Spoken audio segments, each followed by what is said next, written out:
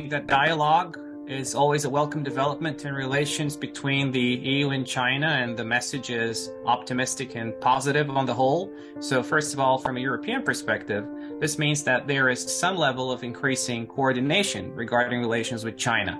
And the general direction the European approach will be taking involves more dialogue and cooperation between the two sides. Now, from a Chinese perspective, I think that the message is willingness for greater openness and continued multilateral engagement in the post-pandemic era. And it also has a real and very tangible effect on the business communities of China and the EU.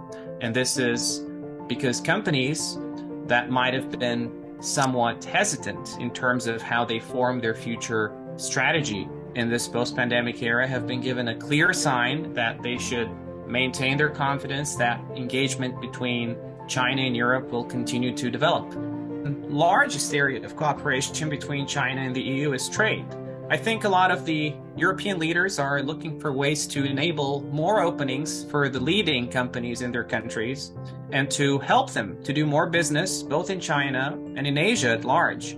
And these topics were addressed, for instance, in a key speech by the Spanish Prime Minister and indirectly by President von der Leyen. And of course, with President Macron, we saw a big delegation of over 60 French business people. We saw partnerships signed by Airbus in Tianjin and EDF with China General Nuclear Power Corporation. So all of these are very positive economic developments. If you look at China, you can't help but notice that it has phenomenal economic growth that none other country can achieve at such a scale.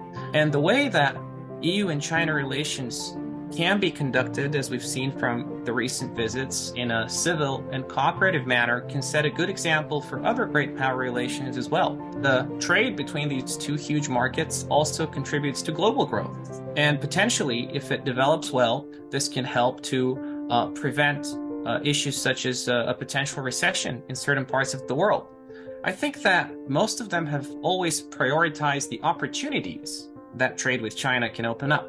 I don't think it's any news that the leaders of European governments would prefer that the US stops nagging them to take a tougher stance. So in terms of competition and partnership, well, this is an area where every country can put their ideas forward. But if we're talking about economics and growth, the majority of businesses in sectors which have very little to do with ideas, and there is enough room to continue engaging rationally and in the best interest of the majority of people and businesses.